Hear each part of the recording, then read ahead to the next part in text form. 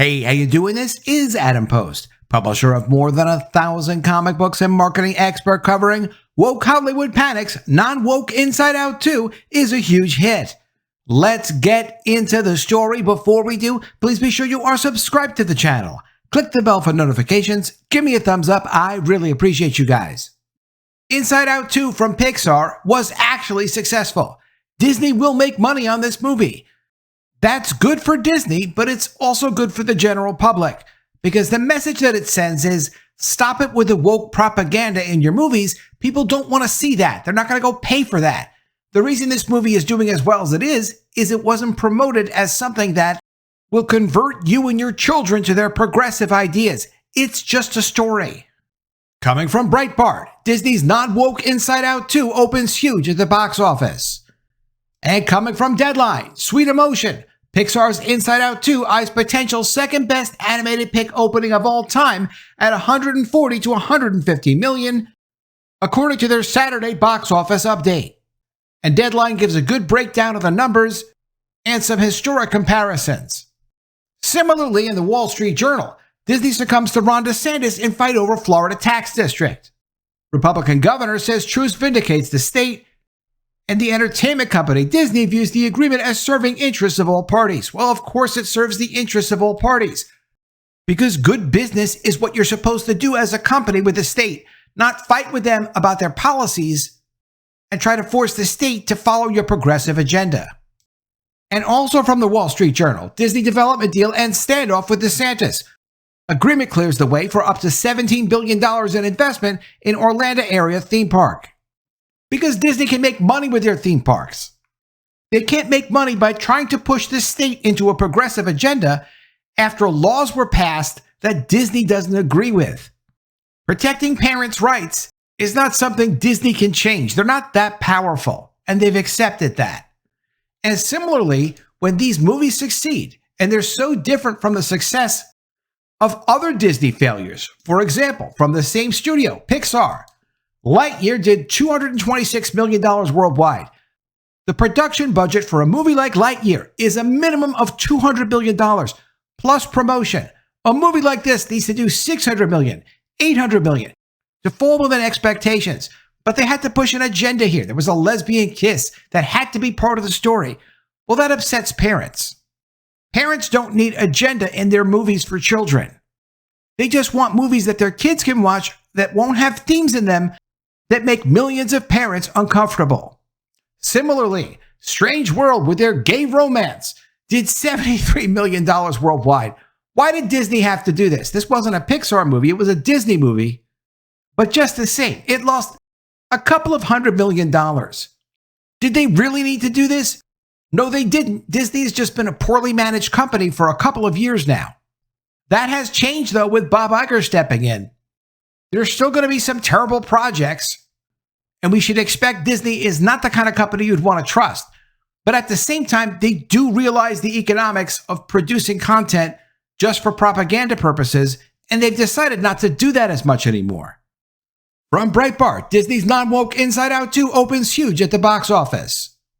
Disney's Pixar division has a huge hit on its hands with Inside Out 2, a movie made for normal people, without any attached controversies involving homosexuality, child grooming, transvestites, transsexuals, gender swapping, race swapping, or anything else close to woke.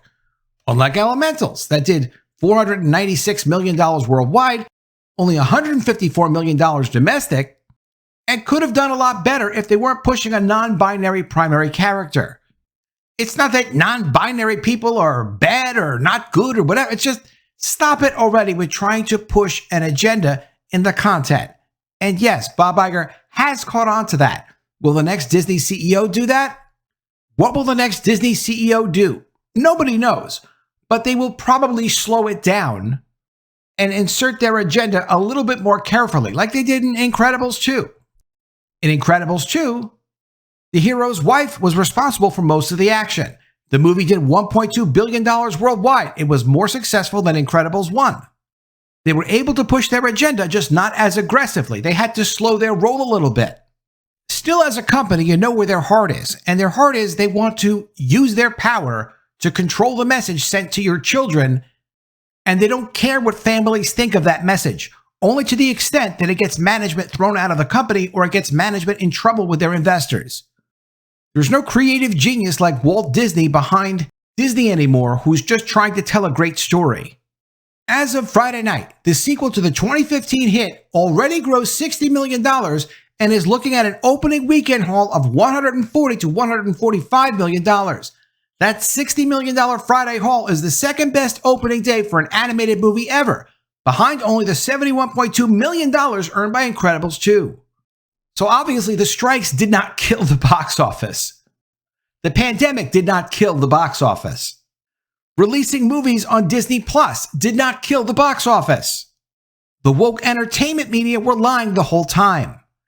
After nearly a dozen massive flops in a row, Inside Out 2 is shaping up to be Disney's biggest hit since 2023's Guardians of the Galaxy Volume 3, which was also released without any political or cultural controversy. To cover up the fact that the woke era collapse at the box office is due to 1, lousy movies, and 2, off-putting political and cultural content, the gerbils in the entertainment industry eagerly have made fools of themselves by blaming the pandemic, the strikes, and streaming. But as the author has stated before the release of last week's box office hit, Bad Boys Ride or Die, the opposite is actually true. That normal people are dying to go to the movies. They miss going to the movies. And if something normal and appealing actually hits theaters, they will show up in droves. As reported earlier, quote, millions of people miss going to the movies for an old-fashioned, non-woke, non-gay stuff good time with movie stars and all the action and laughs a Bad Boys Ride or Die aims for. The movies used to always be like that. Those were the good old days.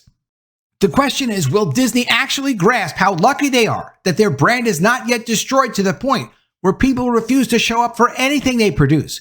My take is Disney does get the point and they realize they went a little bit too far and they need to be a little bit more under the radar like they were in The Incredibles 2.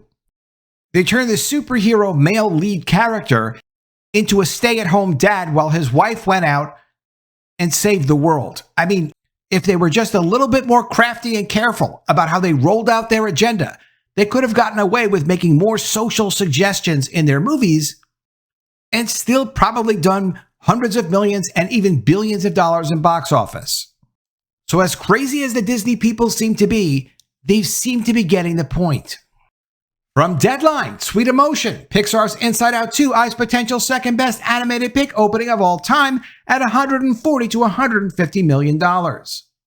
And the first Inside Out did $858 million worldwide, $356 million domestic. Those were significant numbers, and there's really no excuse why they didn't release Inside Out 2 sooner than 2024. In the last several years, Disney's been having a problem with focusing on their business and just putting out sequels to things that people actually like and keeping them on brand.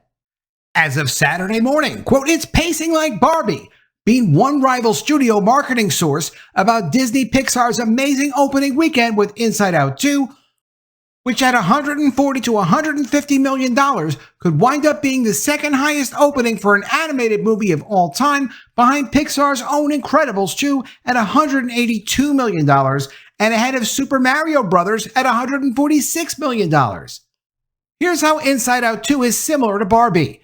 If you back out the $13 million Thursday previews from the $62 million first day, Friday did $49 million, which was more than Barbie's first Friday of $48 million without Thursday previews.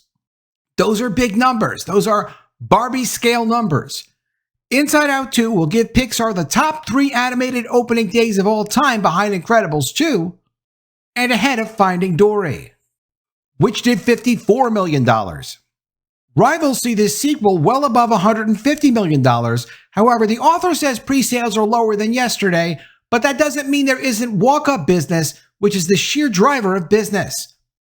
Another big part of these future numbers is going to be, are people going to like what they see enough to want to see the movie a second time?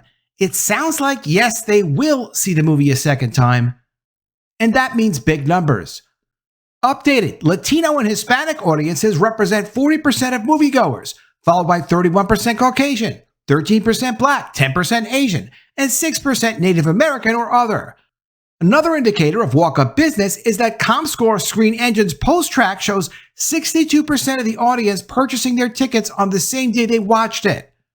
Global so far is at $110 million. The international take so far is at $110 million. Inside Out 2 has taken 70% of the entire box office this weekend, which should take around $214 million for all movies. That's 31% of the same Father's Day weekend a year ago, when The Flash crashed 30% ahead of the same time frame in 2022, but also 57% ahead of Father's Day weekend in 2019 when Men in Black International bombed. And I've done it on this channel. I've made a lot of comparisons, and a lot of people are making comparisons to pre-pandemic numbers. To be ahead of pre-pandemic numbers on any weekend is a great sign. And it really does send the message to Disney, but not just to Disney, that propaganda in animated movies, propaganda in mainstream big release movies is poison for their box office numbers. It's going to force them to slow down on the propaganda because it's just too much of a hassle to push the propaganda so obviously and so aggressively that people are angry about it on social media. At the point where social media has a lot of negative buzz for a project because of the propaganda, that's when Disney and the rest of them know they've gone too far. They need to be at least just up to the line to the point where people aren't complaining about it. That said, if you want to see less propaganda in these movies and you want to see more traditional family value type of movies, you need to be more aggressive on social media, calling out their agendas in these movies.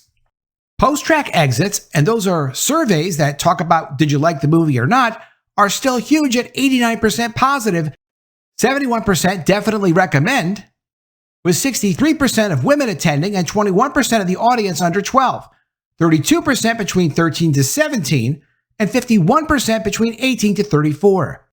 The chief reason why audiences went to see Inside Out 2 is because 46% of the crowd said it looked fun, while 34% of moviegoers are fans of the franchise. In a clear sign that Disney Plus family subscribers will continue to come out to great movies. Post-track noted in their surveys that 52% of those watching Inside Out 2 are subscribers of Disney Plus, while 44% have Hulu, 43% have Prime Video, and 66% have Netflix. If a Disney Plus subscriber were to wait until the movie came onto the service to watch it at home, their kids would experience immense fear of missing out for these event films, as this film won't be on their streaming service for at least another 80 to 90 days, if not longer. Other articles estimated at around 100 days. Ahead of the release weekend, social media analytics company Relish Mix saw nothing but sunshine for the Kelsey Mann-directed animated title Inside Out 2. They reported convo on Inside Out 2 runs positive as commenters are enticed by the conceit of the sequel and the promise of new emotions, saying, quote, kind of interesting for there to be antagonists in a Disney movie about emotions. Complex versus core emotions and anxiety is a fantastic villain, the baggage being buds with envy and embarrassment. Unlike Star Wars, Inside Out 2 is not a franchise that Disney has ruined yet. Star Wars could also just decide to do good movies, and some people would watch it and then word of mouth would be good. Disney has a future in producing content that's not propaganda-oriented, that just serves the brand and the audience. They have room for all of their political messaging, they just have to dial it down tremendously so it's not so offensive to actual people who would go and buy the tickets to the movies. This is a major wake-up call to the screenwriters and the producers and the directors that are just focused on pushing propaganda over pushing something that might be actually a good movie. Let me know what you think of all this in the comments below. Always love to see your ideas. Please be sure you are subscribed to the channel. Click the bell for notifications, give me a thumbs up, and I'll see you again soon with another story. And if I don't see you, I will miss you.